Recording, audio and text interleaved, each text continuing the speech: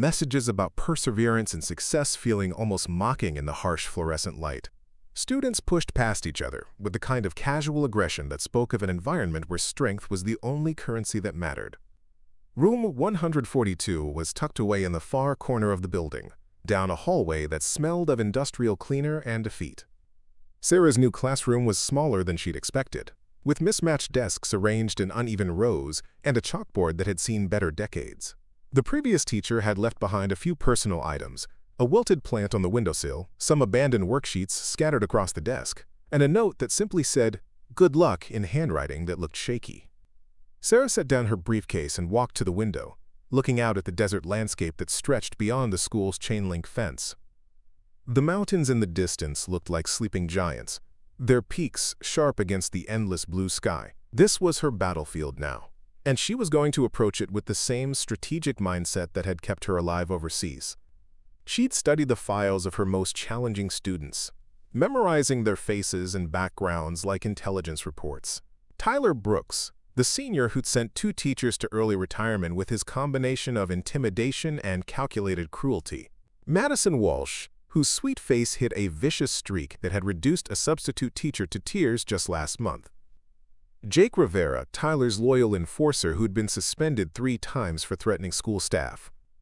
These weren't just difficult students, they were predators who'd learned that fear was the fastest way to get what they wanted. Sarah began arranging her desk, placing a small American flag next to her pencil holder and positioning her chair so she'd have a clear view of the entire classroom. She'd learned long ago that preparation was everything, that success came from anticipating every possible scenario and having a plan for each one. Her students thought they were walking into another Easy Targets classroom, but Sarah Mitchell wasn't just another teacher. She was a weapon disguised as an educator, and she was about to teach Lincoln High a lesson they'd never forget. The first bell echoed through Lincoln High's corridors like a battle cry, and Sarah watched as her classroom door swung open to reveal a parade of faces that ranged from bored indifference to outright hostility. The morning light streaming through the dusty windows illuminated a collection of students who moved with the swagger of those who'd learned that intimidation was easier than education. They filed in with deliberate slowness, each step calculated to show they were in no hurry to respect anyone's authority. Tyler Brooks entered last, his 6-foot frame filling the doorway like he owned it. His blonde hair was styled with the kind of casual perfection that took serious effort, and his leather jacket hung off his shoulders like a cape of invincibility. The other students automatically shifted to give him space, their body language screaming deference to the established hierarchy. Sarah recognized the type immediately. The alpha who'd built his reputation on making others feel small, who confused cruelty with strength and mistook fear for respect. Madison Walsh slid into a seat near the back, her perfectly manicured nails already drumming against her desk in a rhythm that suggested boredom mixed with anticipation. Her strawberry blonde hair cascaded over her shoulders, and she wore her makeup like war paint, each brushstroke designed to enhance her natural beauty while hiding the calculated coldness in her green eyes. She whispered something to the girl next to her, and both erupted in giggles that had nothing to do with humor and everything to do with establishing social dominance. Jake Rivera took his position next to Tyler, his dark hair falling across his forehead in a way that might have been charming, if not for the permanent scowl that seemed etched into his features. His arms were crossed over his chest, biceps straining against his tight black t-shirt, and he surveyed the room like a bouncer, sizing up potential trouble. The 3 of them formed a triangle of authority that commanded attention without saying a word. Sarah stood at the front of the classroom, her hands clasped behind her back in a posture that felt natural after years of military briefings. She'd changed tactics from her original plan, deciding to observe rather than immediately assert control. The students settled into their seats with the kind of restless energy that suggested they were waiting for something to happen, like audience members at a gladiator match. The rest of the class filled in around the power structure Tyler's crew had established. There was Emma Chen, a slight girl with nervous eyes who clutched her textbook like a shield and chose a seat as far from the troublemakers as possible. A few other students scattered throughout the room, their faces showing the weary resignation of those who'd learned to survive by staying invisible. They all seemed to understand the unspoken rules of this ecosystem, where stepping out of line meant becoming the next target. Sarah began taking attendance, her voice steady and professional as she called each name. When she reached Tyler's name, he didn't respond immediately. letting the silence stretch just long enough to make his point before offering a lazy "here" that carried undertones of challenge. Madison responded to her name with a sugary, sweet present that dripped with false politeness, while Jake simply grunted his acknowledgement. During the brief introductions, Sarah learned that this was Tyler's second attempt at senior year, that Madison had been suspended twice for cyberbullying, and that Jake had a juvenile record that included assault charges. The information wasn't in their official files, but it spread through the classroom in whispered conversations and meaningful looks. These weren't just difficult students, they were predators who'd learned that the education system was more afraid of them than they were of consequences. The lesson Sarah had planned about character development in literature took on an ironic twist as she watched the real-time character dynamics playing out in her classroom.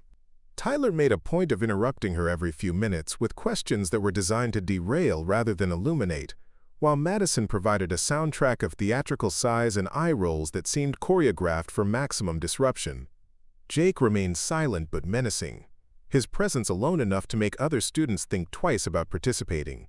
When Emma Chen tentatively raised her hand to answer a question about the assigned reading, Tyler turned in his seat to stare at her with the kind of withering look that could strip paint from walls. The girl's hand slowly lowered as her cheeks flushed red, and Sarah watched the familiar dance of intimidation play out in real time. It was a power play as old as human civilization, the strong preying on the weak while everyone else looked away.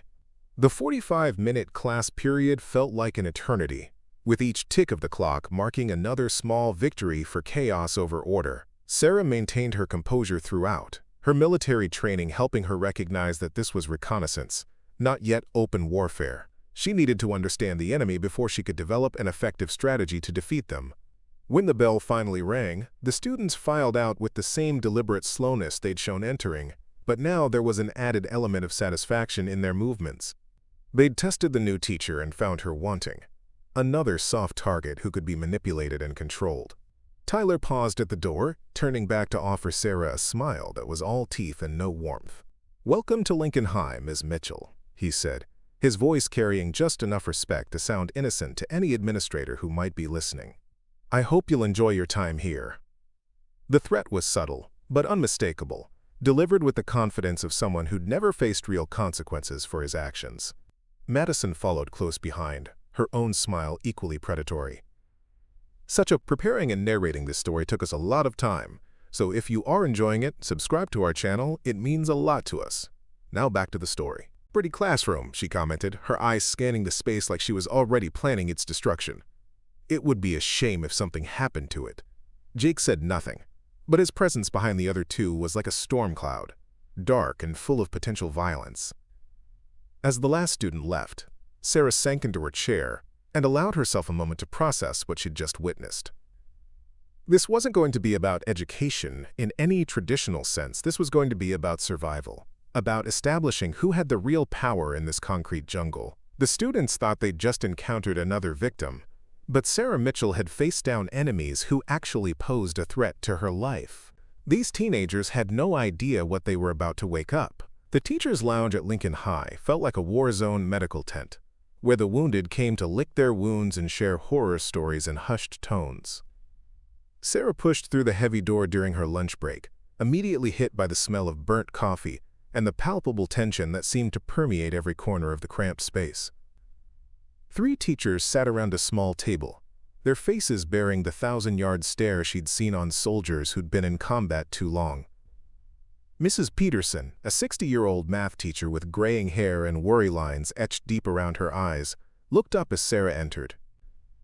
Her smile was kind but weary, the expression of someone who'd been fighting a losing battle for decades. She gestured to an empty chair with a hand that trembled slightly. Whether from age or stress, Sarah couldn't tell. "You're the new English teacher, aren't you?" Mrs. Peterson asked, her voice carrying the weight of someone who'd seen too many fresh faces come and go. "I'm Linda Peterson. I teach algebra, or at least I try to when the students decide to show up." She laughed, but there was no humor in it, just the bitter sound of someone who'd learned to find dark comedy in impossible situations. Mr. Thompson, a younger man who couldn't have been more than 30, sat slumped in his chair with his head in his hands. His shirt was wrinkled, his tie askew, and there was a coffee stain on his khakis that looked like it had been there for days. He taught history, according to the nameplate on his desk, but looked like he'd been through a historical battle himself. "Tyler Brooks," he muttered, without lifting his head. "That kid destroyed my classroom yesterday. Literally destroyed it. Flipped 3 desks, threw textbooks around like confetti, and when I tried to write him up, he just laughed and said his dad would have my job by Friday." He finally looked up, his eyes red-rimmed and hollow. The worst part? He's probably right. His father sits on the school board. And the last teacher who tried to discipline Tyler got transferred to the middle school across town. The third teacher, Ms. Garcia, was younger still, probably fresh out of college with the kind of idealism that Sarah recognized because she'd once possessed it herself. But even she looked beaten down, her bright floral dress a stark contrast to the defeat written across her features. She taught science and, according to the others, had been reduced to tears twice in the past month by Madison Walsh's relentless psychological warfare. "She's evil," Ms. Garcia whispered, glancing around as if Madison might somehow be listening. "Not just mean, but actually evil. She found out about my anxiety medication and somehow got the information to half the school. Now students ask me if I've taken my crazy pills when I try to discipline them. The administration says there's nothing they can do without proof, but everyone knows it was her." Sarah listened to their stories with the same analytical mind she'd used to process intelligence reports in Afghanistan. The pattern was clear. Lincoln High had become a place where the inmates ran the asylum, where a small group of student predators had learned to exploit every weakness in the system. The administration was either too overwhelmed or too intimidated to take meaningful action, and the teachers had been worn down to the point where survival was their only goal. Mrs. Peterson explained how the school's zero-tolerance policy had been twisted into a weapon against the staff. Any physical contact with a student, even in self-defense, could result in immediate termination. The students knew this and used it to their advantage, escalating situations to the point where teachers had no choice but to endure abuse or risk their careers. Several teachers had already been dismissed after being goaded into reactions that were then recorded and shared on social media. The lunch period continued with a litany of horror stories that painted a picture of institutional failure. Budget cuts had eliminated security personnel, guidance counselors, and most administrative support. Class sizes had swelled to unmanageable numbers, and the few remaining teachers were stretched so thin that meaningful education had become impossible. The building itself was falling apart, with broken windows that hadn't been repaired in months and heating systems that worked sporadically at best. Mr. Thompson shared how Jake Rivera had cornered him in the parking lot after school, not making any specific threats but making it clear that he knew where Thompson lived, what kind of car he drove, and that he'd be watching. The administration's response had been to suggest that Thompson vary his route home and perhaps consider finding a different job if he felt unsafe. The message was clear. The teachers were expendable, but the students and their parents were not. Sarah learned that Tyler's father owned several businesses in Riverside and had significant political connections throughout the county. His donations to the school district came with unspoken expectations about how his son should be treated, and previous attempts to discipline Tyler had resulted in uncomfortable meetings with district officials who made it clear that certain students were above the usual rules.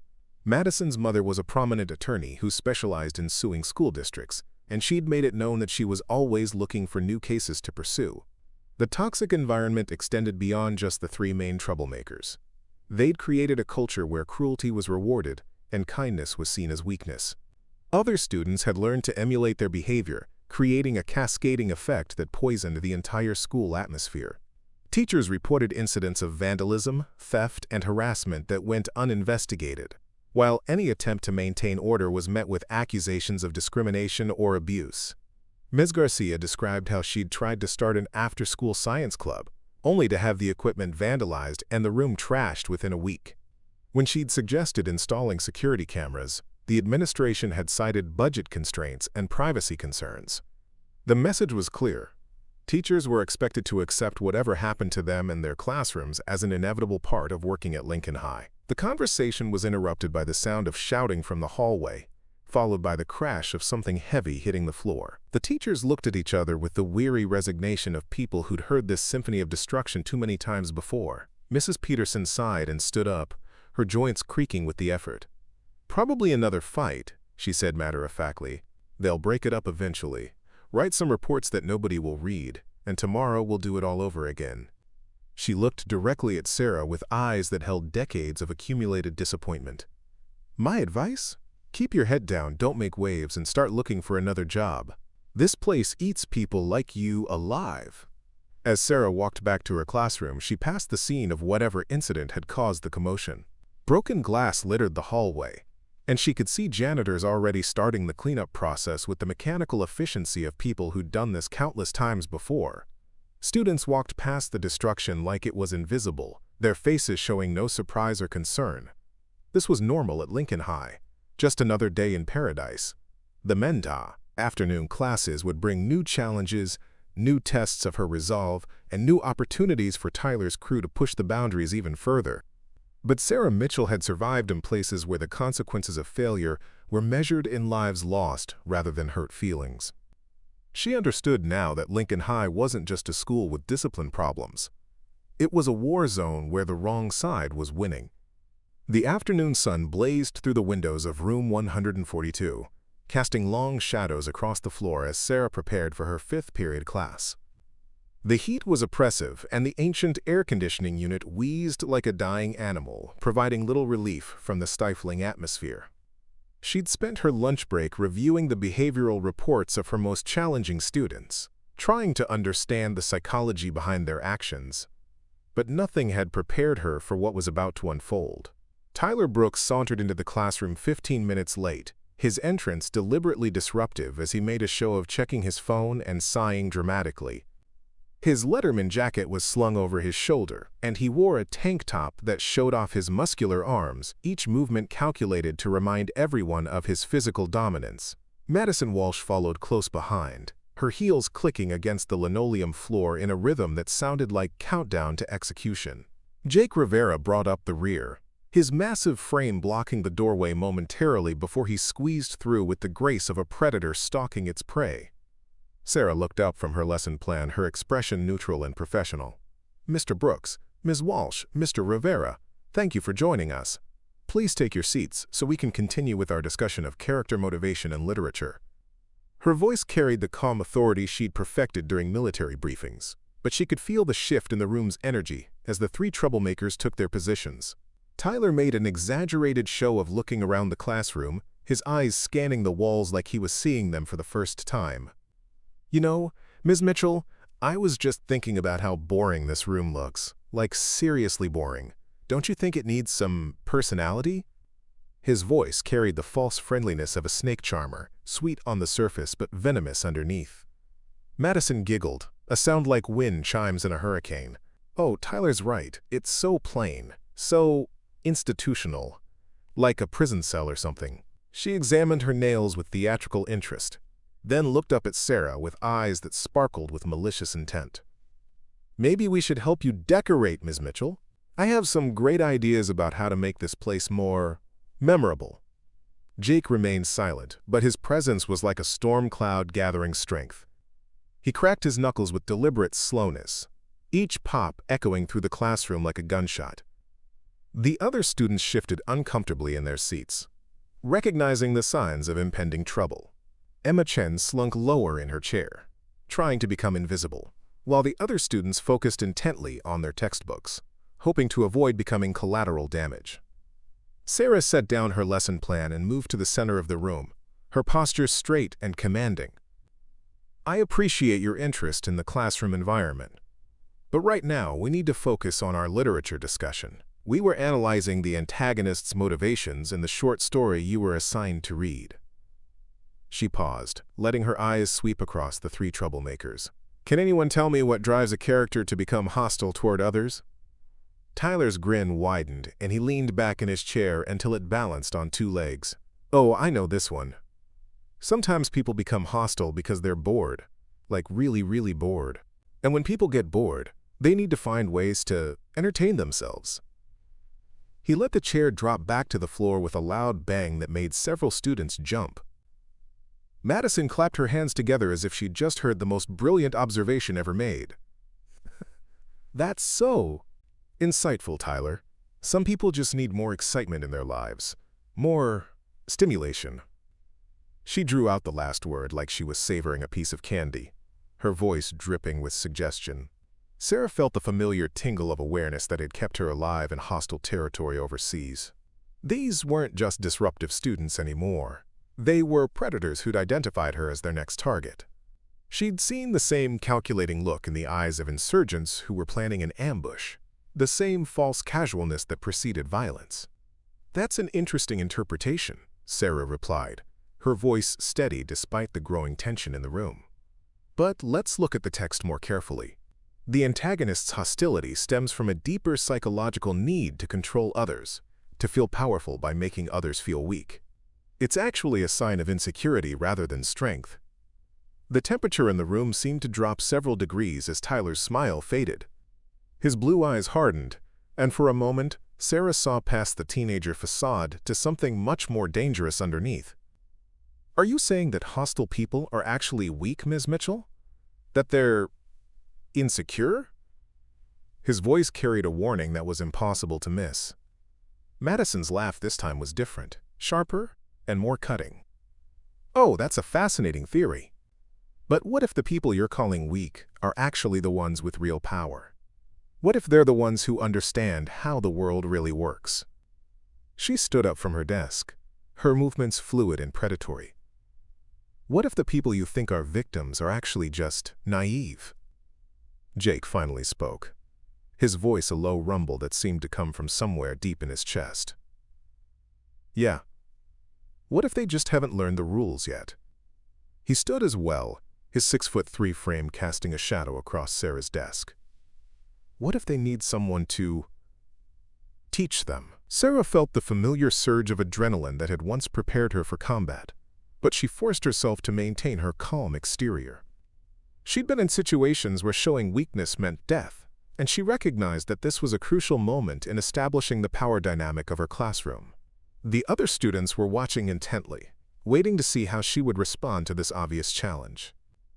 "The rules of literature analysis are quite clear," she said, moving back toward her desk with deliberate casualness. "We examine character motivation, we analyze conflict, and we discuss resolution. Those are the only rules that matter in this classroom." She picked up her lesson plan, her hands steady despite the electricity crackling through the air. Tyler stood up as well, and suddenly all three troublemakers were on their feet, forming a loose semicircle around Sarah's desk. The rest of the class watched in fascination and horror, like spectators at a car accident. Emma Chen's textbook trembled in her hands, and several other students had stopped even pretending to read. "But what if we want to discuss different kinds of rules?" Tyler asked, taking a step closer to Sarah's desk. His voice was still friendly, but there was an edge to it now that cut through the pretense. "What if we want to talk about respect? About understanding your place in the ecosystem?" Madison moved to Sarah's right, her perfume cloying in the stifling air. "What if we want to discuss the importance of cooperation? Of working together with the people who really matter?" Her smile was all teeth now, sharp and predatory. Jake positioned himself near the door, effectively blocking Sarah's most obvious escape route. "What if we want to make sure everyone understands how things work around here?" His massive arms were crossed over his chest, and his presence seemed to suck the oxygen out of the room. Sarah looked around at the three teenagers who thought they had her cornered, at the classmates who were too terrified to intervene, at the institutional setting that had failed so many teachers before her. For a moment, she felt the weight of all their expectations, the assumption that she would crumble under pressure just like all the others had. Then, she smiled, and for just an instant, something flickered in her eyes that Tyler didn't quite understand. It was the look of someone who'd faced down real enemies, who'd survived situations where the stakes were life and death rather than hurt feelings and damaged pride. But the moment passed so quickly that none of the students were quite sure they'd seen it. "I think we should return to our literature discussion," Sarah said quietly, her voice carrying an undertone that made Tyler's confident smirk falter slightly. "After all, we have so much to learn about what happens when antagonists underestimate their opponents." The morning of Friday, September 15th, dawned with an oppressive heat that seemed to press down on Lincoln High like a physical weight. The broken air conditioning system wheezed its final breath sometime during the night, leaving room 142 feeling like a furnace by the time Sarah Mitchell arrived for what would become the most significant day of her teaching career. She'd spent the previous evening reviewing her documentation of the escalating harassment, preparing for what she sensed would be a final confrontation with Tyler Brooks and his crew.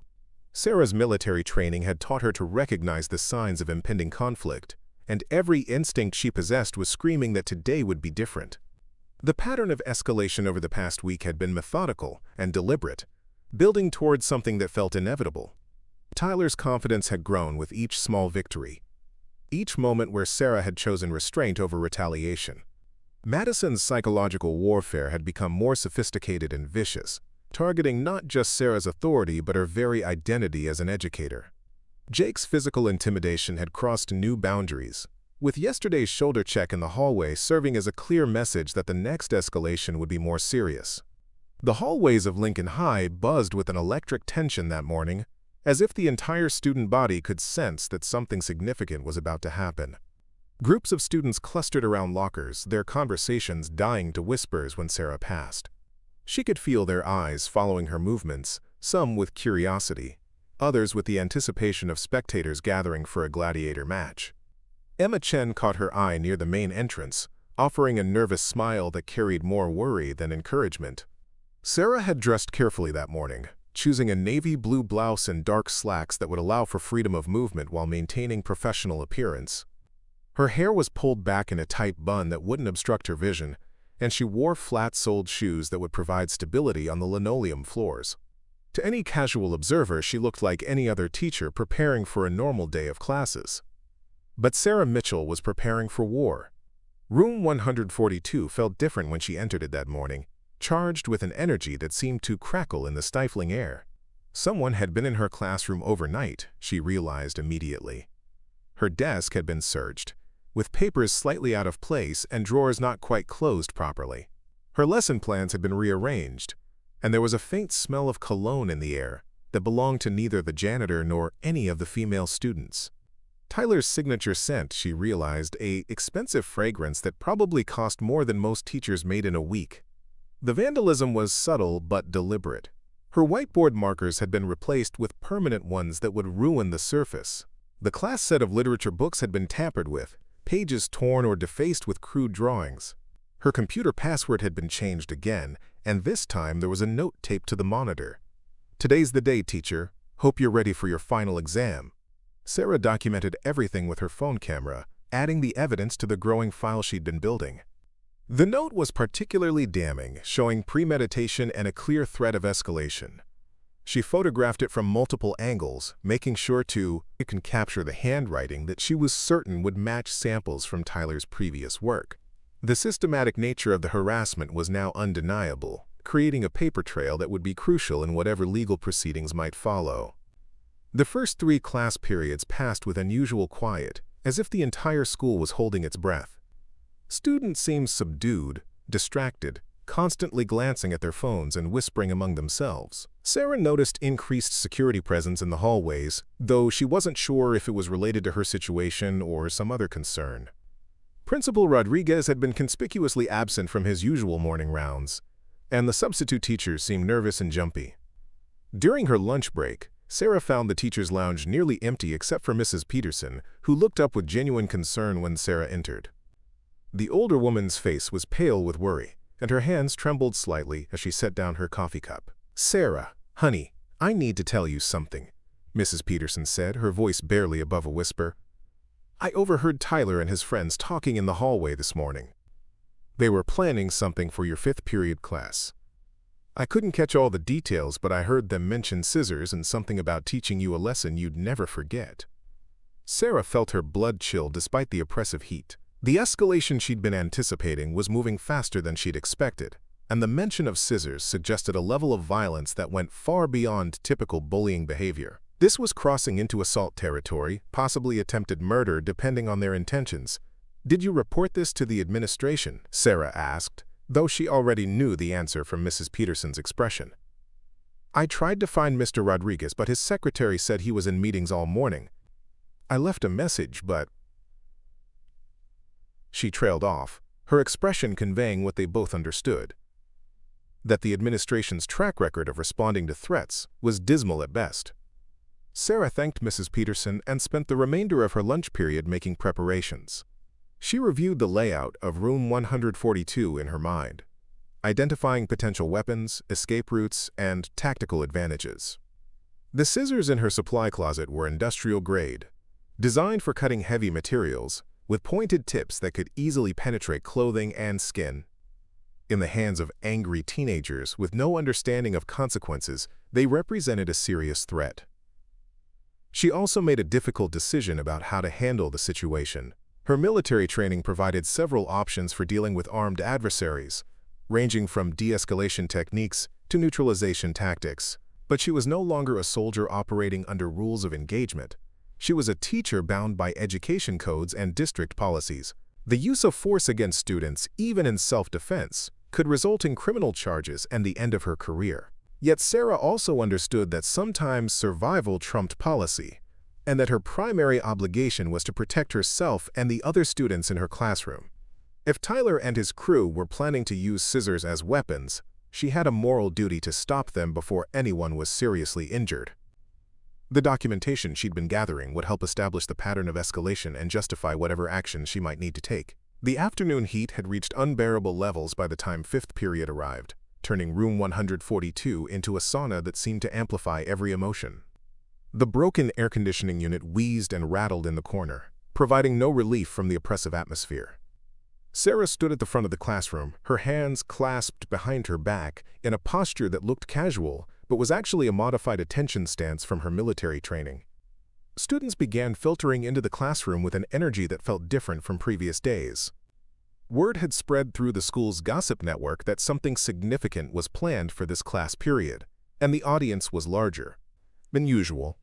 Students who'd never shown interest in English literature suddenly found reasons to attend, filling seats in the back rows with phones ready to record whatever was about to unfold. Tyler Brooks made his entrance with the theatrical flair of a gladiator entering the Coliseum, his Letterman jacket draped over his shoulders like a cape of invincibility. His usual confident smirk was more pronounced today, carrying an edge of anticipation that suggested he'd been looking forward to this moment. Madison Walsh followed close behind, her red dress a splash of color against the drab classroom walls, her makeup applied with extra care as if she were preparing for a performance. Jake Rivera brought up the rear, his massive frame seeming to fill the doorway as he surveyed the room like a general assessing a battlefield. His usual sullen expression had been replaced by something more focused and dangerous, the look of someone who'd moved beyond casual intimidation into serious violence. The three of them moved with coordinated precision, taking positions that would allow them to control the classroom's dynamics. Sarah watched their entrance with the analytical mind of a soldier studying enemy movements. Their body language spoke of confidence bordering on arrogance, the swagger of predators who believed they'd cornered helpless prey. But there was also an undercurrent of nervous energy that suggested they understood the significance of what they were planning to do. This wasn't just another bullying incident. This was an escalation that would have serious consequences regardless of the outcome. Emma Chen slipped into her usual seat near the window, her textbook clutched against her chest like a shield. Her face was pale with worry, and she kept glancing between Sarah and Tyler's group as if trying to gauge the level of danger in the room.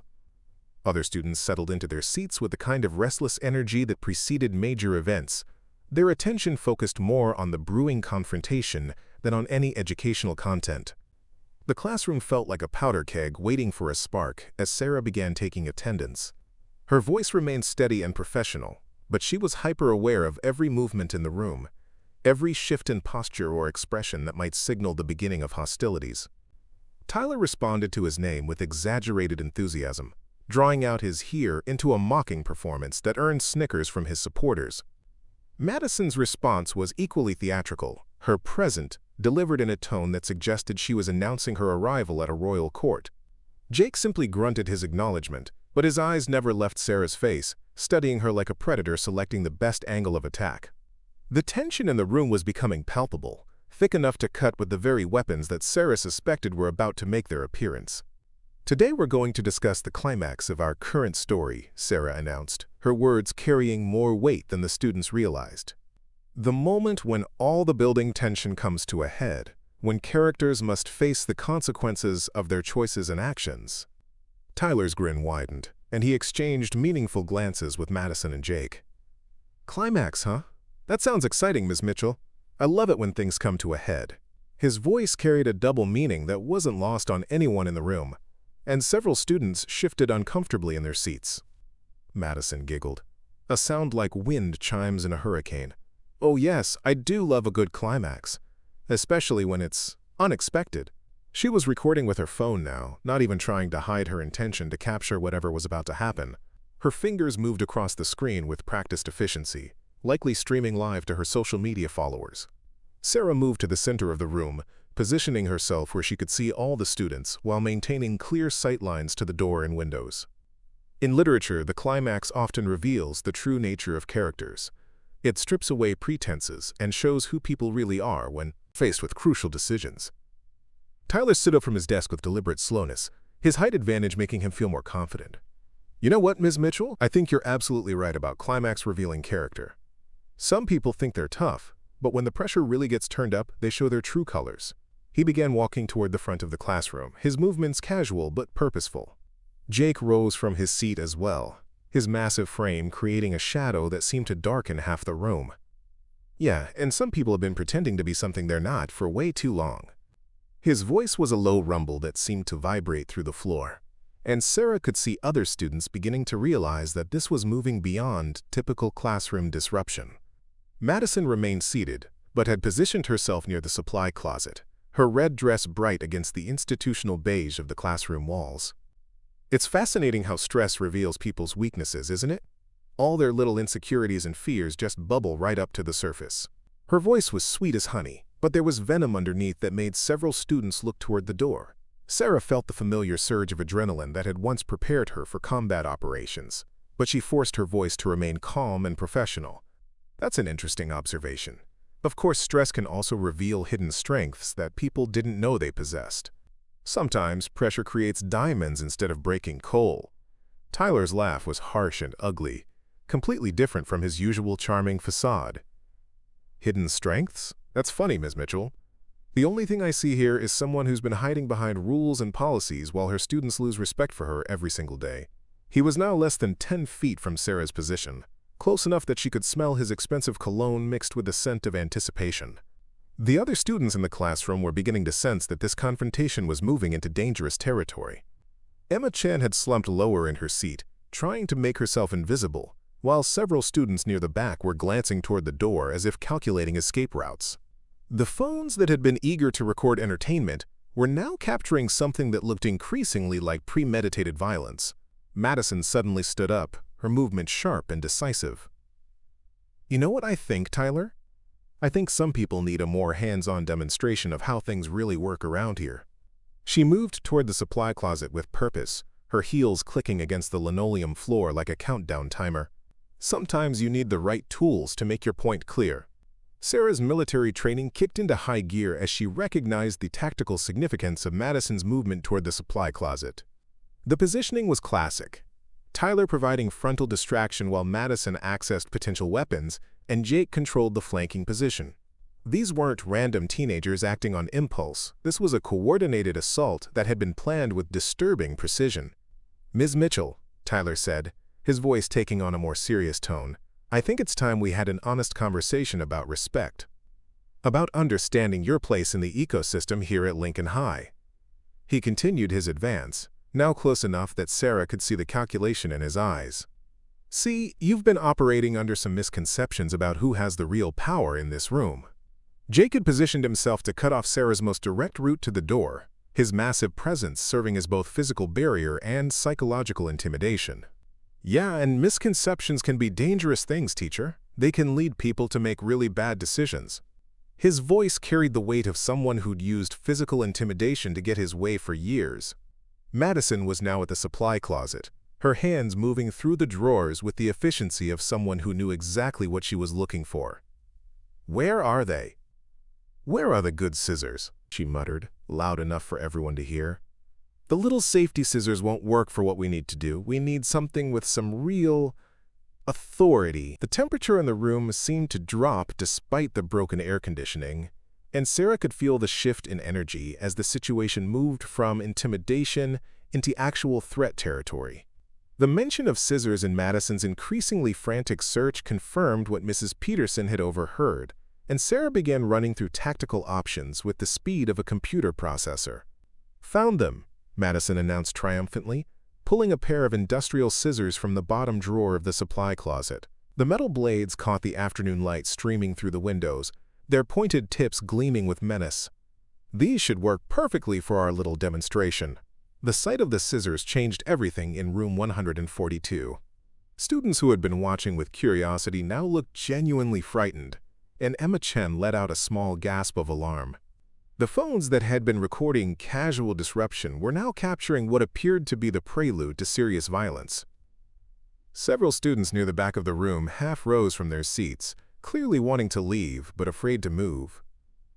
Tyler's smile grew wider as Madison approached him with the scissors, the metal gleaming in her perfectly manicured hands. "Perfect, Maddie?"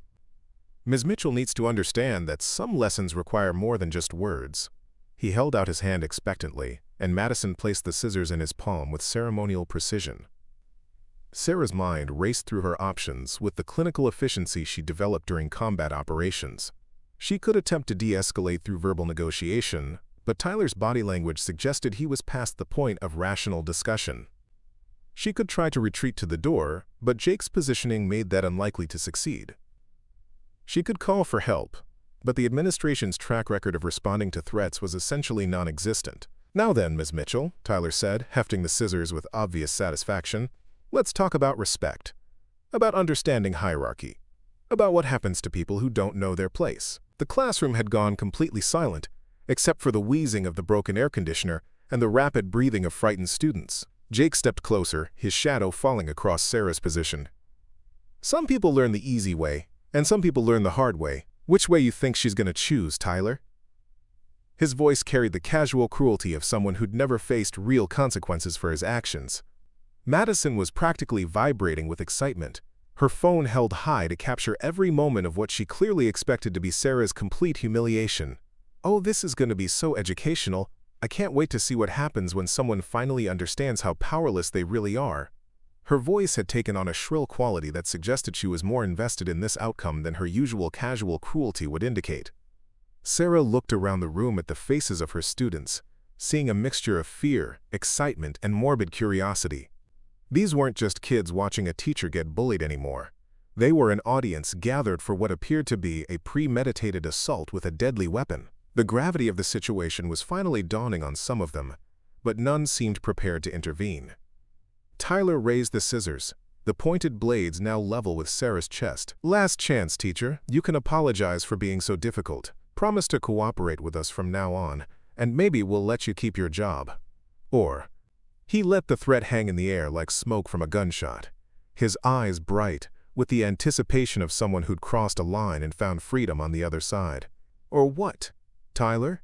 Sarah asked, her voice carrying an undertone that made his confident expression falter slightly. "Are you planning to stab me with those scissors?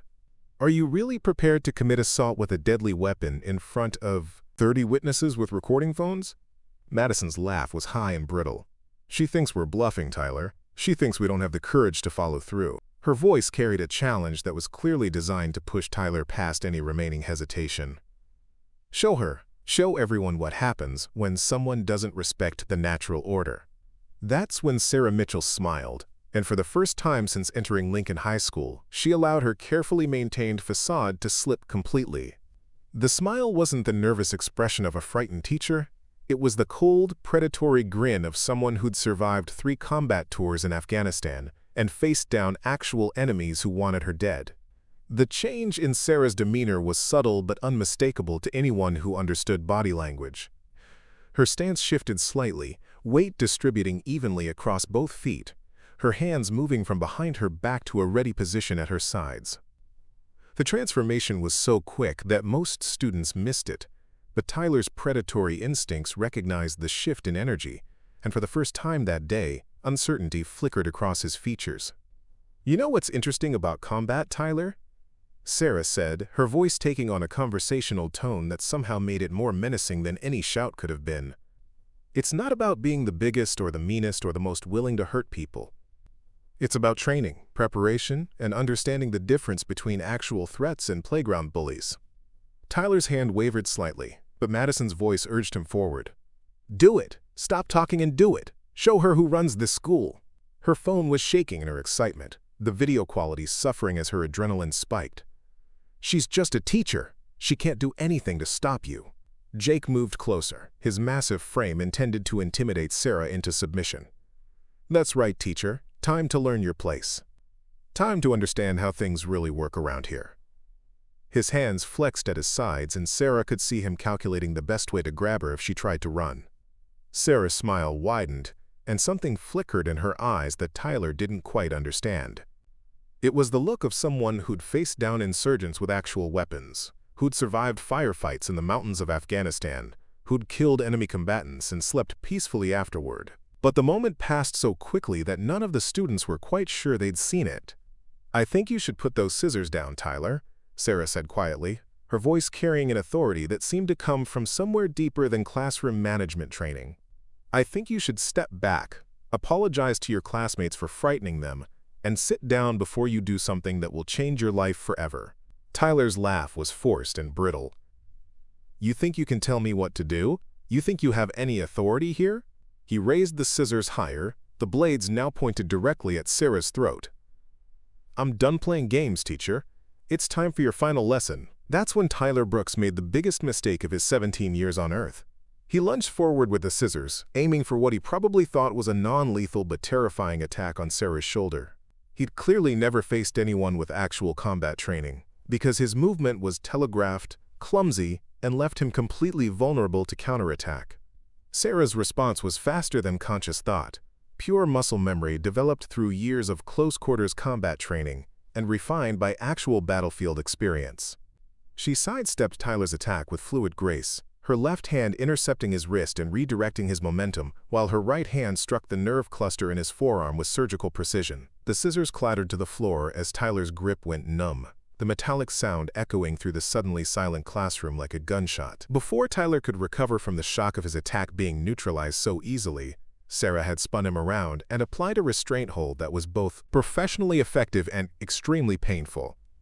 His arm was twisted behind his back at an angle that made everyone in the room wince, and Sarah's knee was positioned precisely on his spine, applying just enough pressure to keep him completely immobilized.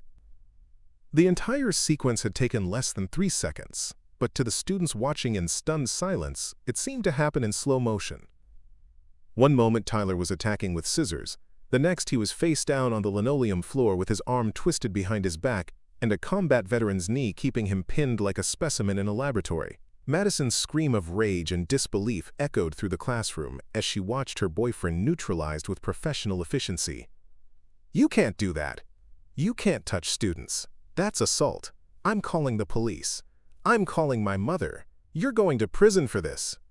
Her voice was climbing toward hysteria, and her phone shook violently in her hands as she tried to dial numbers with trembling fingers. Go ahead and call them, Sarah said calmly, not even breathing hard despite having just disarmed an attacker. Tell them that 3 students conspired to assault a teacher with scissors, and that the teacher defended herself using appropriate force. Make sure you mention that everything was recorded. Jake's roar of primitive rage filled the classroom as he charged towards Sarah like a linebacker going for a quarterback sack. He was 6 inches taller and probably 80 pounds heavier than she was, with muscles developed through years of weightlifting and football training. But size meant nothing when faced with proper technique and professional training. Sarah released Tyler and pivoted to face Jake's attack, her movements economical and precise. As he reached for her with his massive hands, she grabbed his extended arm and used his own momentum against him, executing a perfect hip throw that sent all 240 pounds of him crashing into a row of desks with the sound of a small earthquake. Desks scattered in every direction from the impact, and Jake hit the floor hard enough to knock the breath from his lungs. He struggled to get up, his face red with embarrassment and pain, but Sarah was already moving. She struck a specific pressure point on his neck that sent him into temporary paralysis, his massive frame going limp as his nervous system shut down from the precisely applied force. The silence in room 142 was deafening as 28 students stared at their English teacher in complete shock. Madison was backing toward the door, her phone finally connecting to what sounded like 911, her voice shrill with panic and calculation. "Help! Help!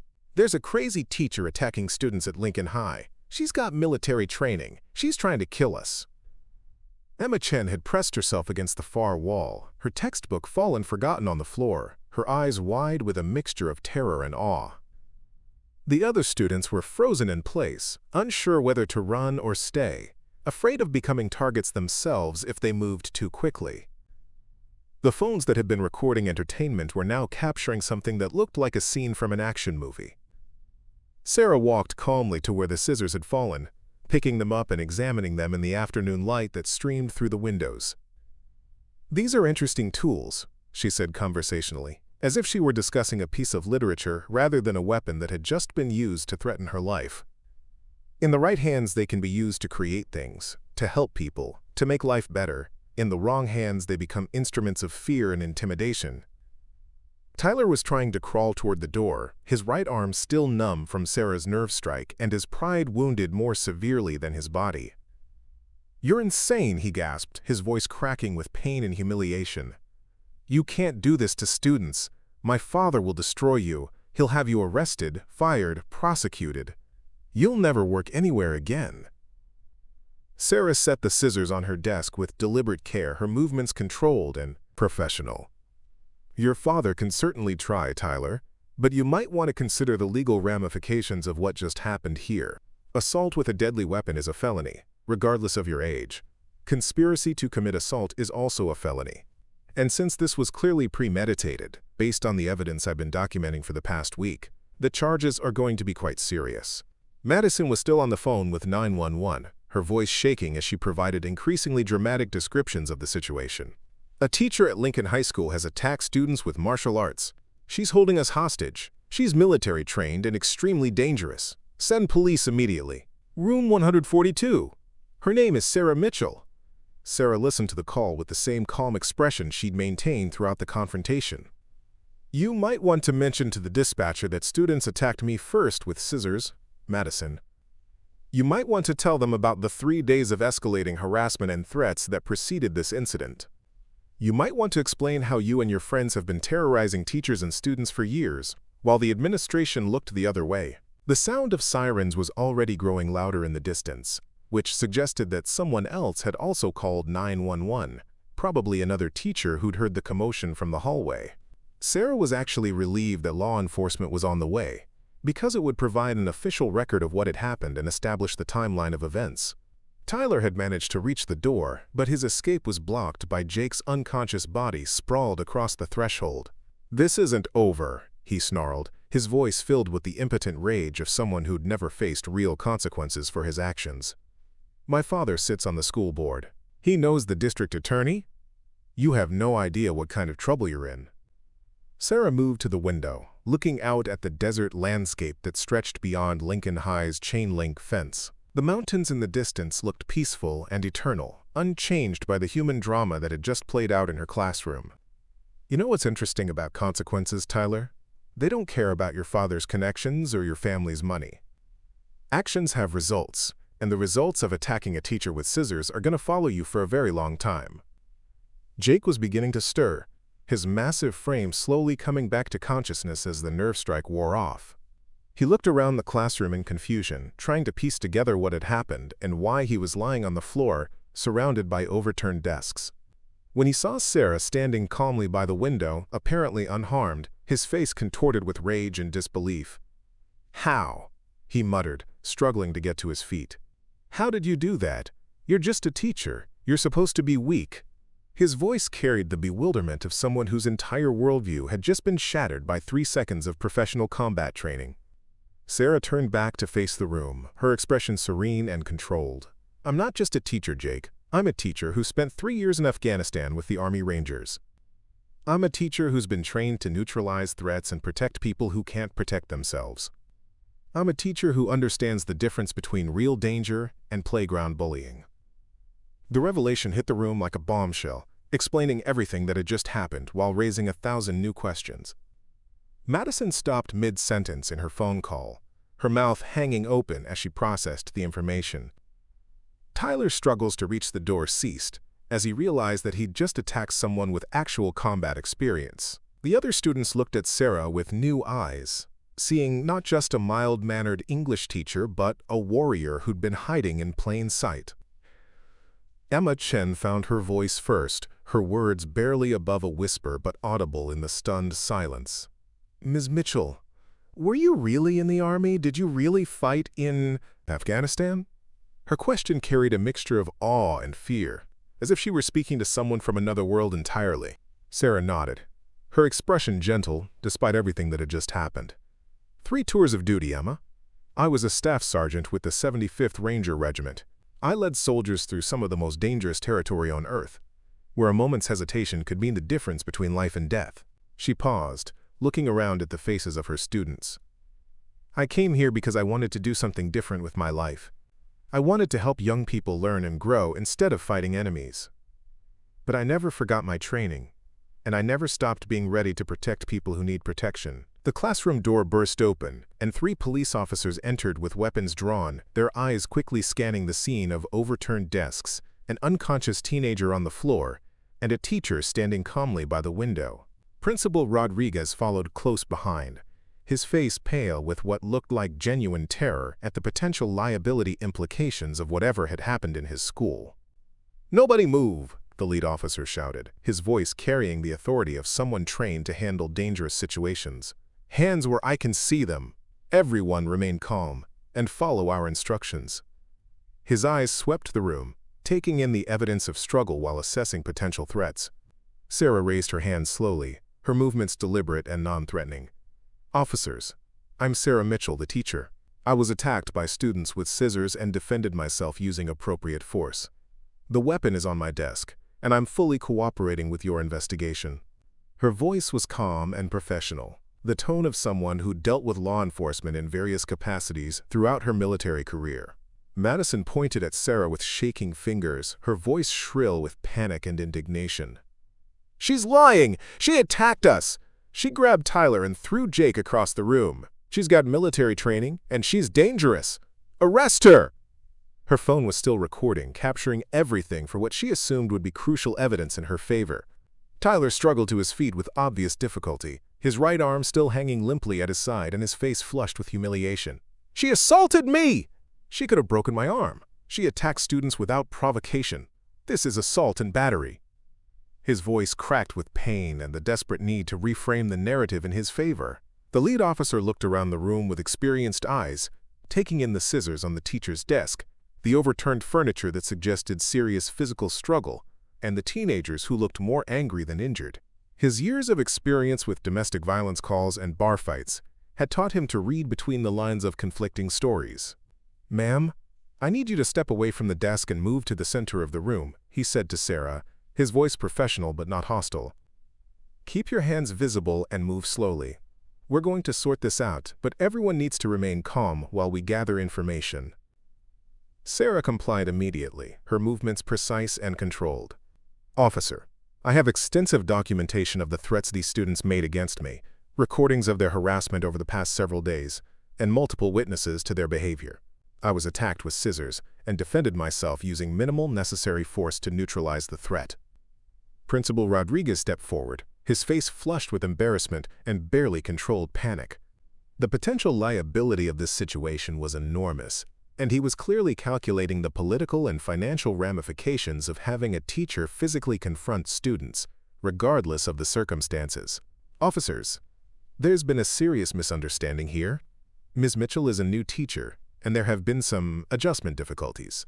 I'm sure we can resolve this through internal discipline procedures without involving the criminal justice system." The second police officer was interviewing students and examining the cell phone footage that several of them had captured. The videos clearly showed Tyler attacking Sarah with scissors, Jake charging at her like he intended serious bodily harm, and Madison encouraging the violence while recording it for social media distribution. The teacher's response appeared measured, professional, and clearly defensive rather than aggressive. Madison's mother chose that moment to arrive, her high heels clicking against the linoleum floor like gunshots echoing through a canyon. She was a tall, elegant woman in an expensive designer suit, with perfectly styled blonde hair, and the kind of confident bearing that came from years of intimidating people in courtrooms across the state. Her eyes swept the scene with the calculating gaze of a predator who'd scented blood in the water. "Where is my daughter?" she demanded, her voice cutting through the chaos like a surgeon's scalpel. "I want to know exactly what happened to my daughter, and I want to know why this teacher is still walking free instead of being arrested for assault." She spotted Madison huddled near the door and rushed to her side, checking for injuries with the practiced efficiency of someone who'd built a lucrative career on personal injury litigation.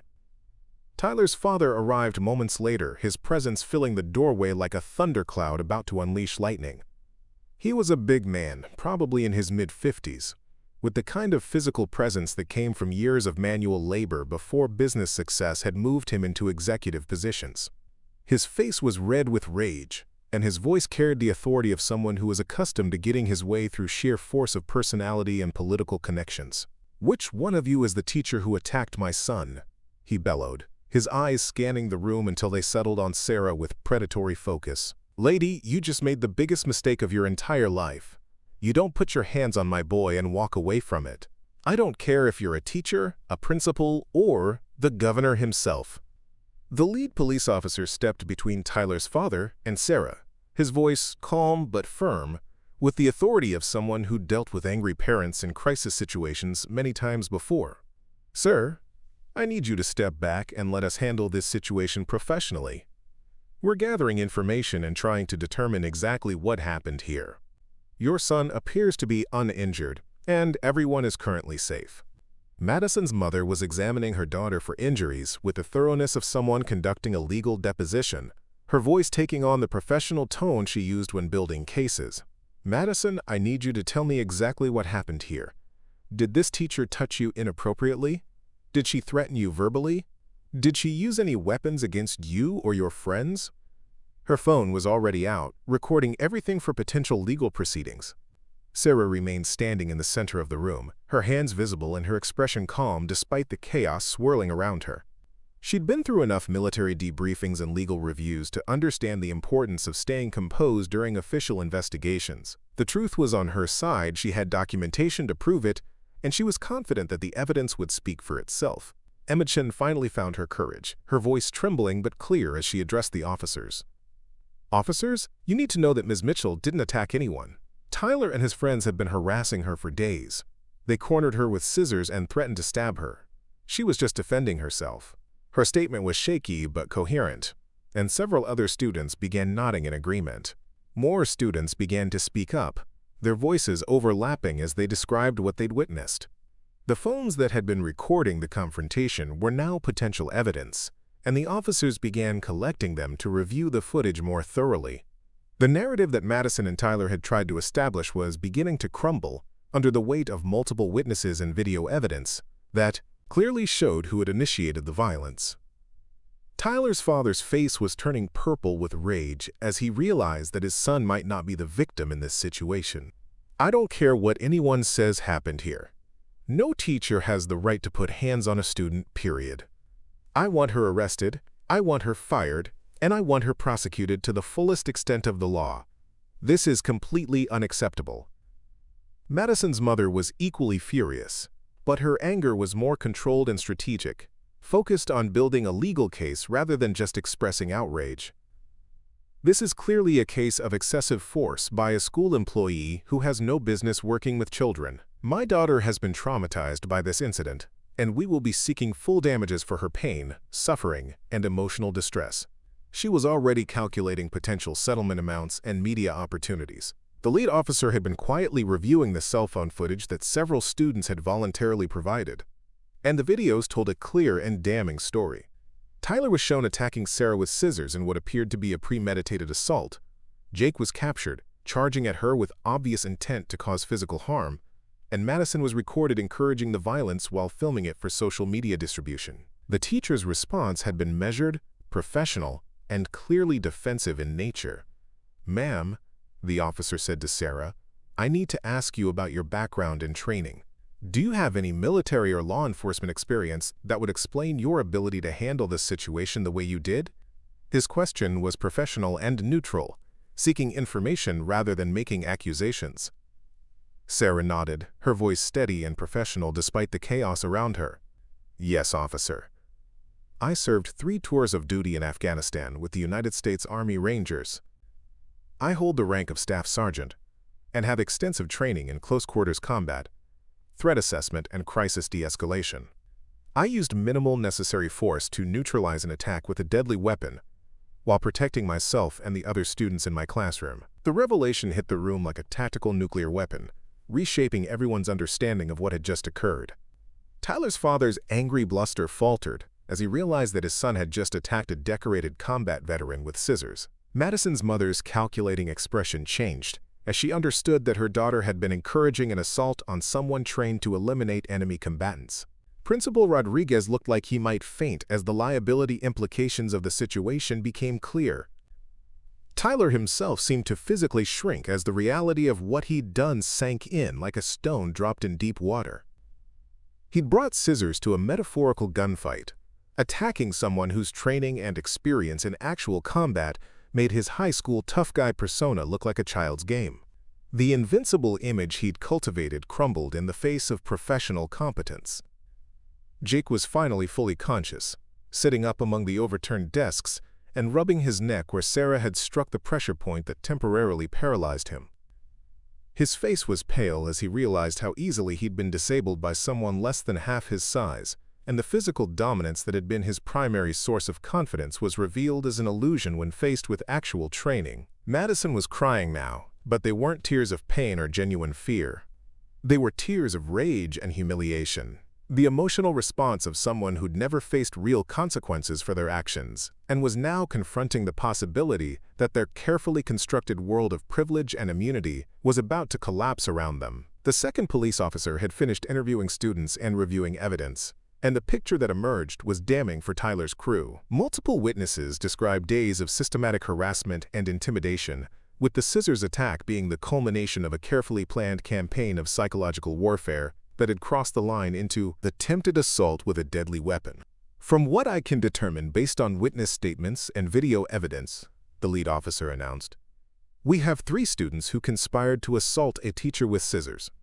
The teacher's response appears to have been proportionate, defensive, and professionally executed. Unless there's additional evidence that changes this assessment, the students are the ones who committed criminal acts here. Tyler's father was sputtering with indignation and disbelief. You can't be serious. She's a trained killer. She could have seriously injured my son. This is excessive force by any reasonable standard. You can't expect children to face an adult with military combat training. His voice carried the desperation of someone watching his carefully constructed worldview collapse in real time.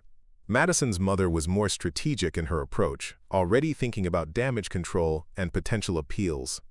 Officer, regardless of who initiated the contact, the school district has a fundamental responsibility to protect students from harm. A teacher with military combat training represents an unreasonable risk to student safety. This incident proves that she's not suitable for working with children in any capacity. The lead officer set down his notepad and looked around the room with the expression of someone who'd seen enough evidence to reach a conclusion. Ma'am, with all due respect, what this incident proves is that your daughter and her friends made a serious tactical error. They attacked someone with professional training in dealing with violent situations, and they're fortunate that the teacher showed remarkable restraint in using non-lethal force to defend herself. Sarah spoke for the first time in several minutes, her voice calm and measured despite the emotional chaos swirling around her. Officers, I want to be absolutely clear about something important. I didn't want this confrontation to happen. I tried to de-escalate the situation through proper administrative channels. I documented everything meticulously, I sought help from the school administration multiple times, and I attempted to manage the classroom conflict through traditional educational methods. When I was attacked with a deadly weapon, I responded with the absolute minimum force necessary to protect myself and ensure the safety of the other students in my classroom. Emma Chen stepped forward, her voice stronger now that she'd found her courage and seen that speaking truth was actually possible. Officers, you need to understand something important about Lincoln High School. Tyler and his friends have been terrorizing teachers and students for years. They've driven away dozens of good educators who just wanted to help kids learn. Ms. Mitchell is the first person who's ever had the courage and ability to stand up to them. Other students began to speak up with increasing confidence, their voices overlapping as they described the toxic environment that Tyler's crew had created and maintained through systematic intimidation. Stories emerged of teachers who'd been harassed into early retirement, of students who'd been bullied into silence and depression, of an administration that had consistently failed to address the problem because of political pressure and fear of litigation. The picture that emerged was of an educational institution where the most dangerous students had been allowed to run unchecked for years, creating an environment where learning was impossible and safety was constantly threatened. Sarah's actions weren't just self-defense. They were the first meaningful response to a problem that had been festering for years. The third police officer had been quietly documenting the scene, taking photographs of the overturned desks, the scissors on the teacher's desk, and the general aftermath of what had clearly been a significant physical altercation. His report would provide crucial evidence for whatever legal proceedings might follow, and the photographic evidence would be difficult for defense attorneys to dispute. Tyler was holding his injured arm, his face pale with pain and the dawning realization that he'd made a catastrophic error in judgment. The invincible persona that had served him so well throughout his high school career was crumbling under the weight of real consequences that couldn't be avoided through family connections or financial influence. Madison had stopped crying and was now staring at Sarah with undisguised hatred, her plans for social media fame and victim sympathy derailed by the inconvenient reality of video evidence and witness testimony. The narrative she'd tried to construct was falling apart under the scrutiny of professional investigation. Jake was struggling to his feet with obvious difficulty, his massive frame moving slowly as he recovered from the precise nerve strike that had temporarily shut down his nervous system. He looked around the room like he was seeing it for the first time, his entire worldview shattered by the experience of being effortlessly neutralized by someone he'd assumed was weak and vulnerable. The lead officer closed his notepad and looked around the room with the authority of someone who'd reached a decision based on clear evidence. Based on the information I've gathered, including multiple witness statements, video footage, and physical evidence, it appears that 3 students conspired to assault a teacher with scissors in what constitutes attempted assault with a deadly weapon. I'll be placing them under arrest and filing appropriate charges. Tyler's father exploded with rage that echoed through the classroom like thunder. This is absolutely insane. You're going to arrest my son for a schoolyard disagreement.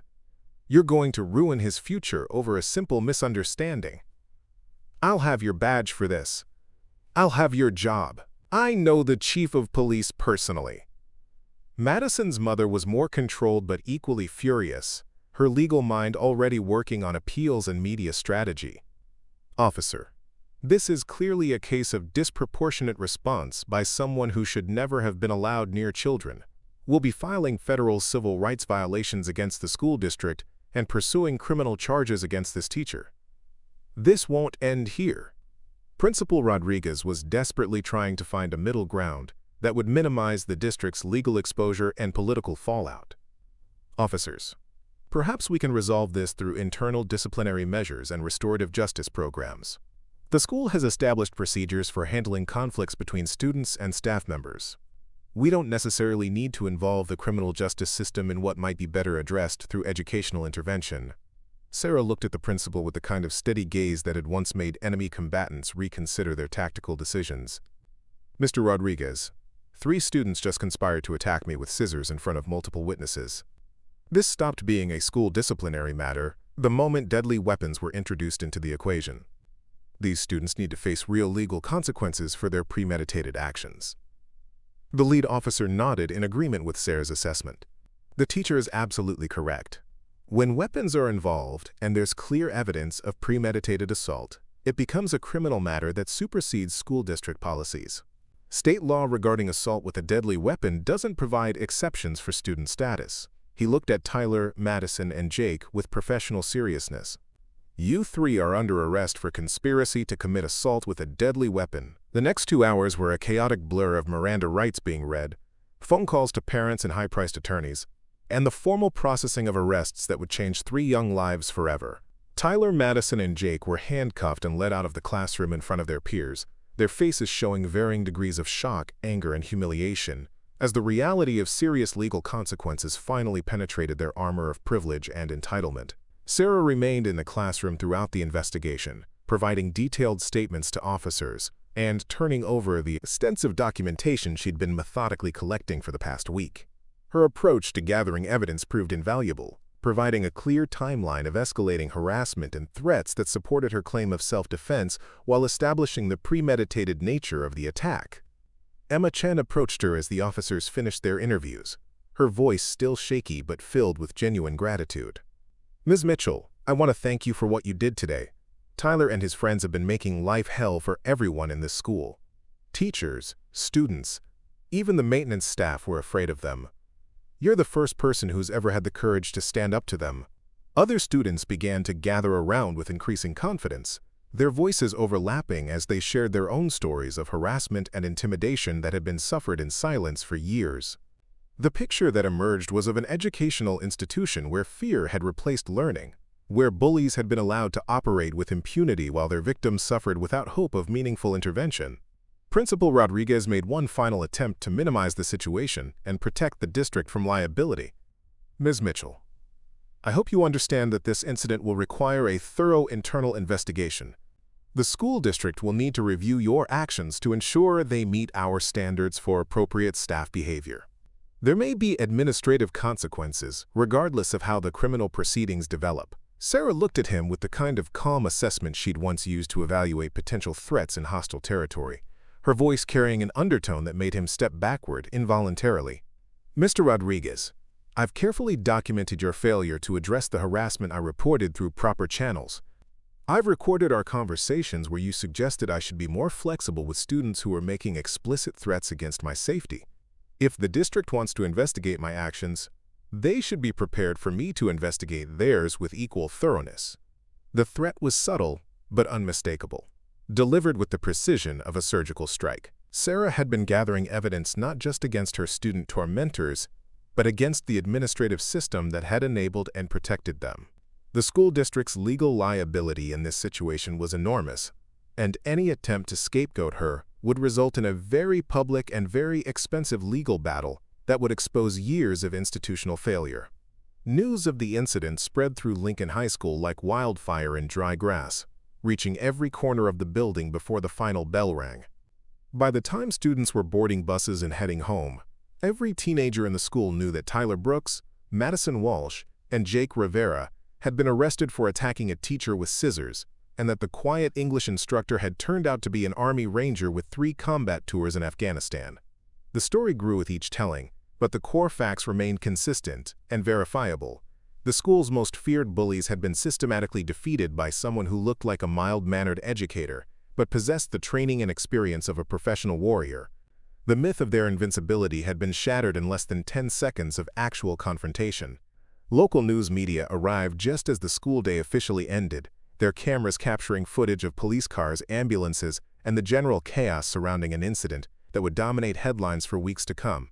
Sarah declined all requests for interviews, but several students eagerly shared their accounts of what they'd witnessed, and the story that emerged was one of systematic bullying, finally being confronted by someone with the skills and determination to fight back effectively. Sarah's small apartment that evening felt like a sanctuary of peace and quiet, a stark contrast to the chaos and violence that had defined her day. She sat on her modest couch with a cup of herbal tea, reviewing the events in her mind with the methodical approach she'd learned during military debriefings after combat operations. The immediate threat had been neutralized successfully, but she understood that the real battle was just beginning. Her phone had been ringing constantly with calls from reporters seeking interviews, school district officials trying to manage the crisis, and lawyers representing various parties who smelled potential litigation. She'd turned off the device hours ago, needing time and space to process what had happened and plan her next strategic moves.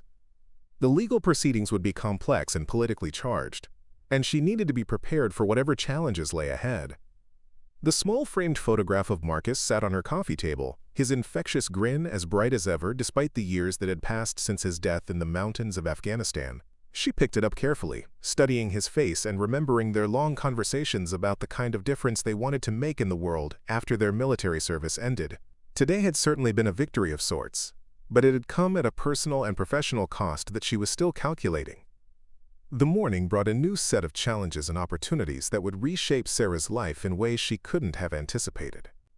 Her story had gone viral on social media platforms worldwide, with hashtags like #TeacherFightsBack, #ArmyRangerClassroom, and #BullieBuster trending across multiple countries.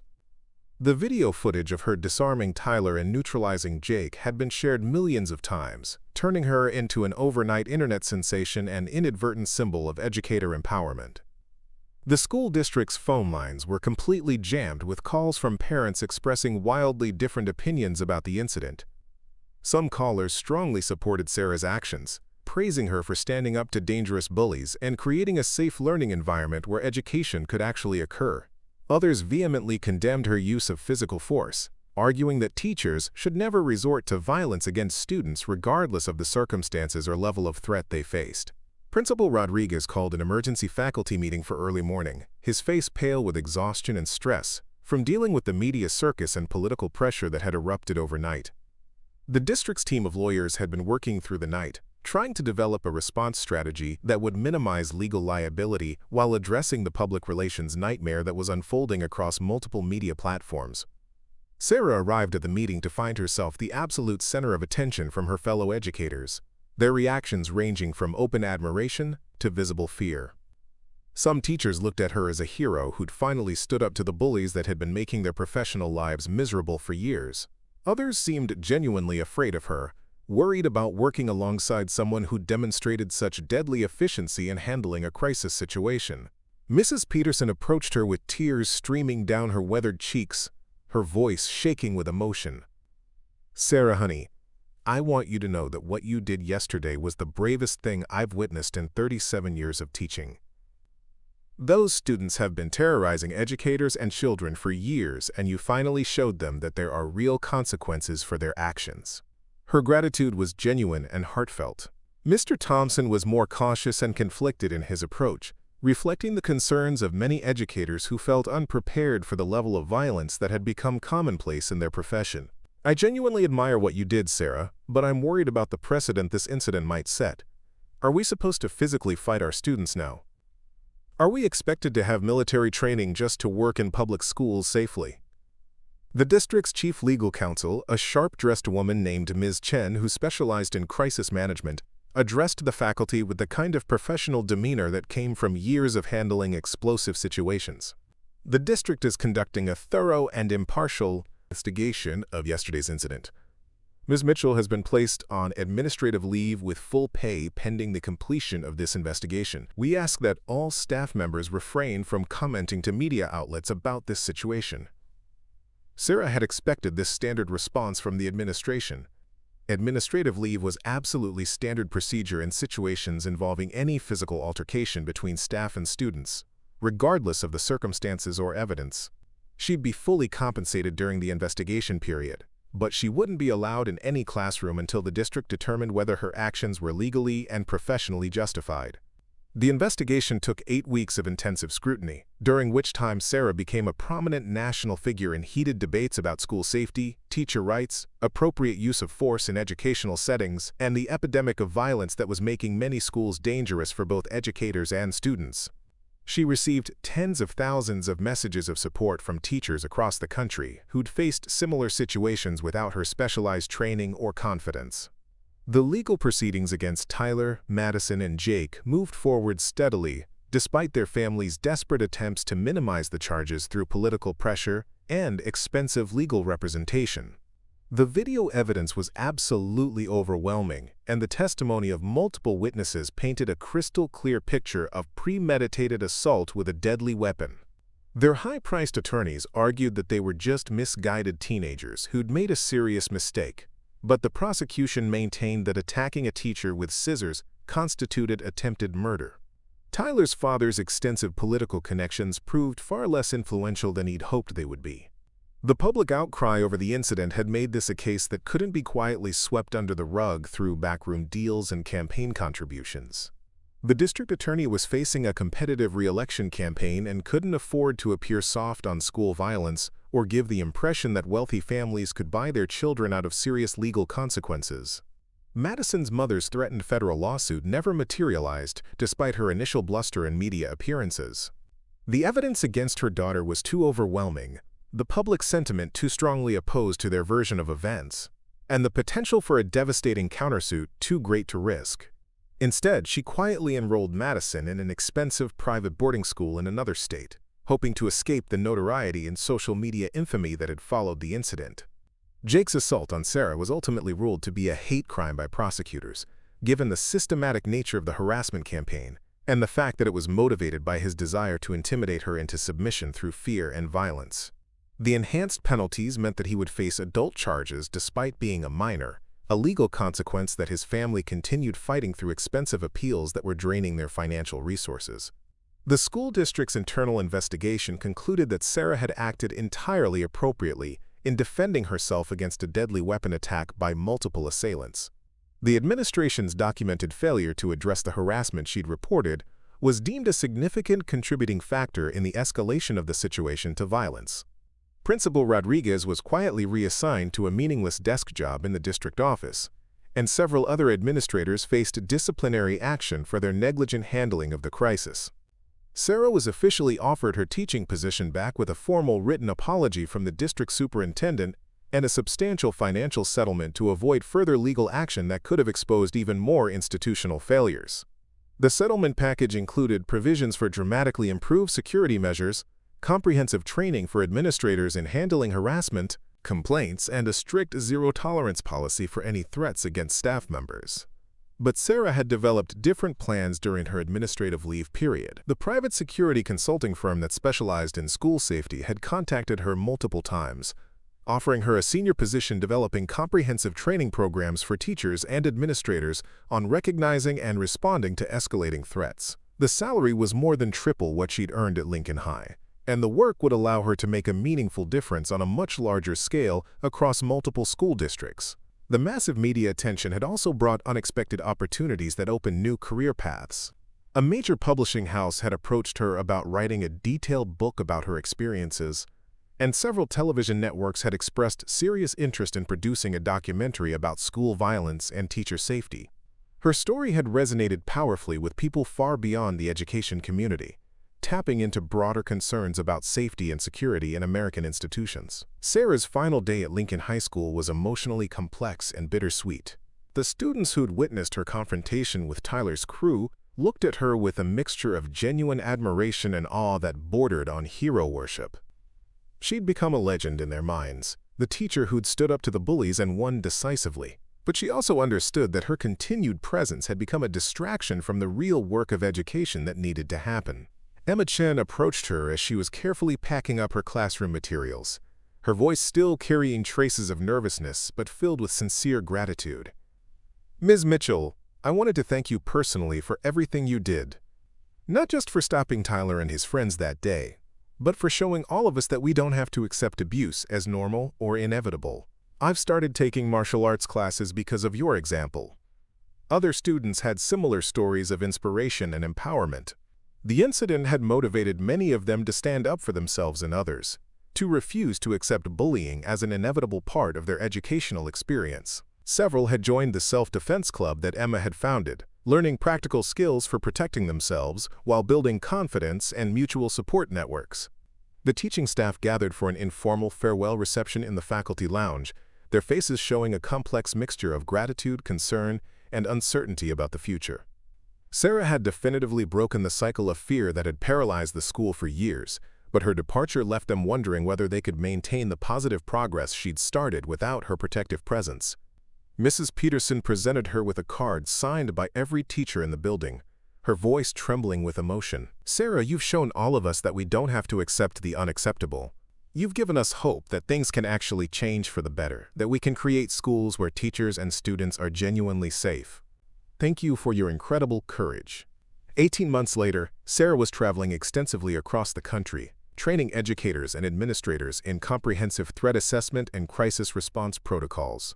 Her book, Combat Ready: A Teacher's Guide to Surviving School Violence, had become a bestseller and was required reading in many education degree programs. The documentary about her experience had won several prestigious awards and sparked national conversations about institutional safety and the epidemic of violence in American schools. Tyler Brooks was serving a 2-year sentence in juvenile detention, his dreams of college football scholarships and easy success completely shattered by the long-term consequences of his violent actions.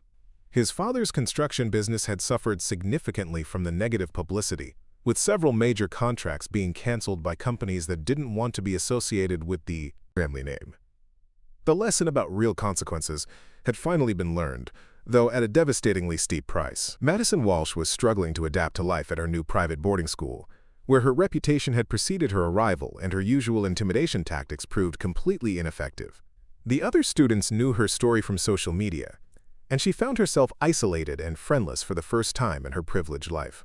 The experience was teaching her empathy and humility in ways that no amount of parental lecturing had ever achieved. Jake Rivera had been sentenced as an adult and was serving a 7-year term in state prison. The hate crime enhancement had added significant time to his sentence, and his size and notorious reputation made him a constant target for other inmates who didn't appreciate his history of bullying and intimidation. The physical dominance that had once been his primary source of power and identity had become a serious liability in an environment where real predators operated according to much harsher rules. Lincoln High School had undergone dramatic transformation in the months following the incident that changed everything. The new principal, a former military officer named Mr. Davis, had implemented strict anti-bullying policies and created an institutional culture where threats against staff or students were taken seriously and addressed immediately. The school's standardized test scores had improved dramatically as teachers were finally able to focus on education rather than basic survival. The ripple effects of Sarah's actions extended far beyond Lincoln High School's boundaries, influencing policy discussions and legislative changes across the country. Schools nationwide were reviewing their policies on teacher safety and student discipline, and the incident had sparked serious conversations about the appropriate balance between student rights and staff protection that led to meaningful reforms in several states. Sarah's consulting work had evolved into a comprehensive training institute that worked with school districts across the nation and internationally. She developed detailed programs for identifying potential threats, de-escalating dangerous conflicts, and protecting educational environments from violence, while maintaining the open atmosphere necessary for learning. Her military experience had found powerful new purpose in the civilian world, channeling her combat skills into protecting those who couldn't protect themselves. The photograph of Marcus still occupied a place of honor on her office desk, but now it was surrounded by letters from teachers who'd successfully implemented her training programs, news articles about schools where violence had been prevented through early intervention, and awards recognizing her contributions to educational safety and security. His dream of making a meaningful difference in children's lives was being realized in ways he never could have imagined during their conversations in Afghanistan. One evening, as Sarah was reviewing training materials for an upcoming seminar in Chicago, her phone rang with a call that brought unexpected news. The caller was Emma Chen, now a college senior majoring in education and president of a campus organization dedicated to school safety advocacy. Her voice was excited and confident as she shared updates about her academic progress and future plans. "Ms. Mitchell, I wanted you to know that what you did that day changed everything for so many of us, not just for our school, but for everyone who heard about your courage. You showed us that we don't have to be victims, that we can stand up for ourselves and protect others. I'm going to study education because of your example.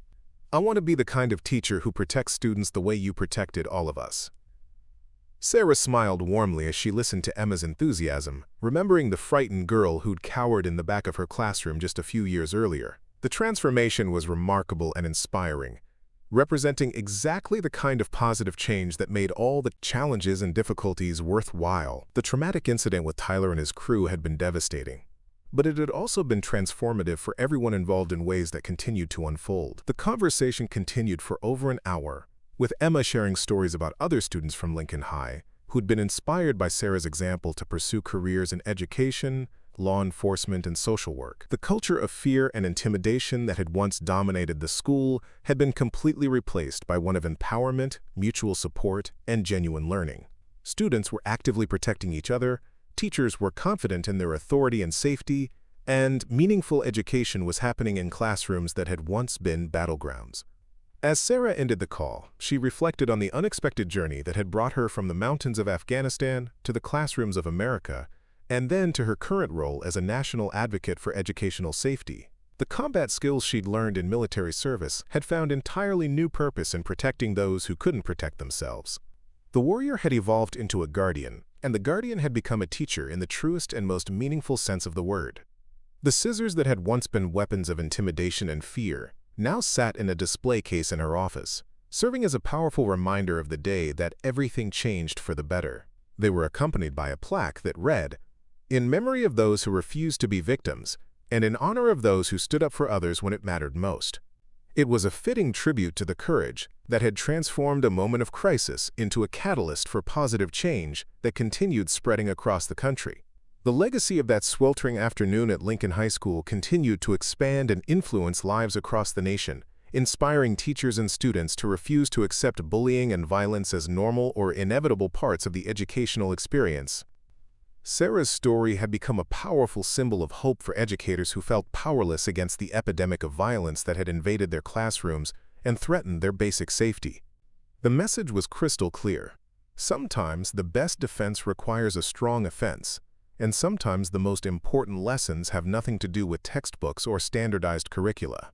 Years later, when Sarah was invited to speak at major education conferences about her experience and its continuing impact, she would always return to the same central themes: the critical importance of standing up to bullies and predators, protecting the vulnerable members of society, and creating genuinely safe spaces where learning and growth can flourish without fear.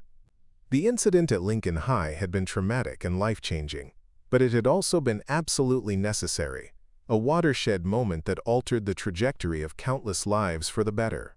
The three students who had attacked her with scissors in that overheated classroom had learned the hardest possible lesson about consequences: that actions have results that can't be avoided through privilege or connections, that intimidation has definite limits when confronted by real strength, and that some people simply cannot be broken by fear or threats.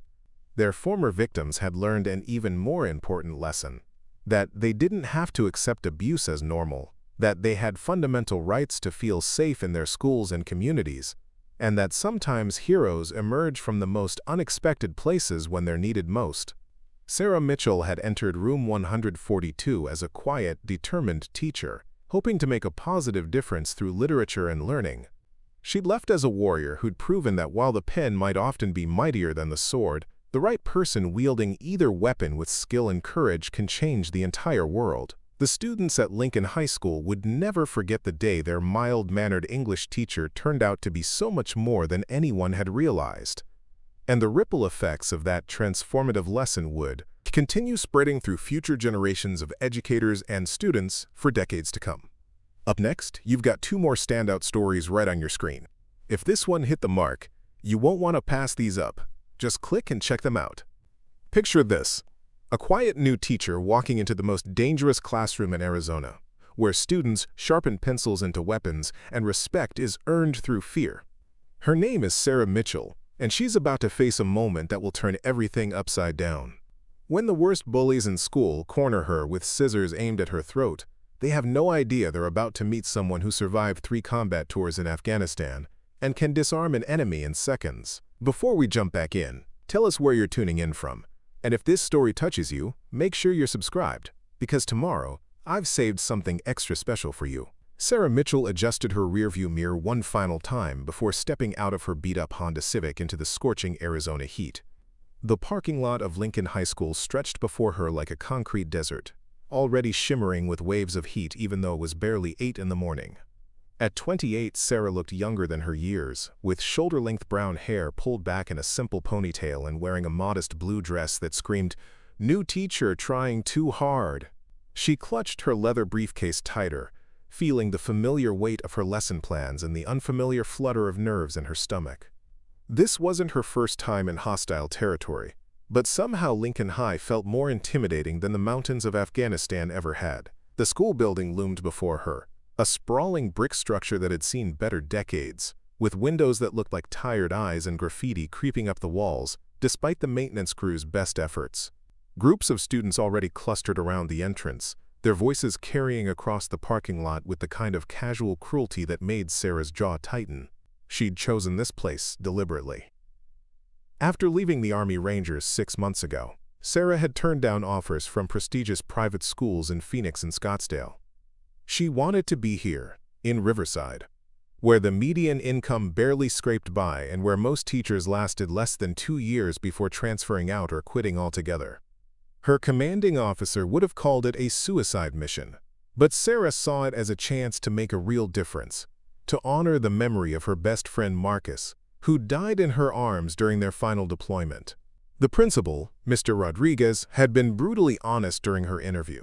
Lincoln High had a reputation for chewing up idealistic young teachers and spitting them out broken and disillusioned. The English department had seen 4 different teachers in the past year alone. Budget cuts meant overcrowded classrooms, outdated textbooks, and zero tolerance for weakness. The students could smell fear like predators, and they showed no mercy to anyone who couldn't command respect. Sarah had listened to all of this while maintaining the same calm expression she'd perfected during briefings before dangerous missions. She'd simply nodded and told him she was ready for the challenge. What she hadn't told him was that she'd spent the last 3 years leading soldiers through some of the most dangerous territories on Earth, where a moment's hesitation could mean the difference between life and death. She'd learned to read people's intentions in their eyes, to move with deadly precision when necessary, and to never, ever back down from a fight. But that was her old life, and Sarah was determined to leave it behind. She'd packed away her combat boots, her tactical gear, and the medals that reminded her of friends who weren't coming home. The only thing she'd kept was a small photo of Marcus tucked inside her wallet, his grin as bright as the desert sun. He'd always talked about becoming a teacher when they got out, about inspiring kids who needed someone to believe in them. Now Sarah was going to do it for both of them. The school's hallways were already buzzing with the chaotic energy of teenagers when Sarah made her way to the main office. The walls were covered with motivational posters that looked faded and ignored, their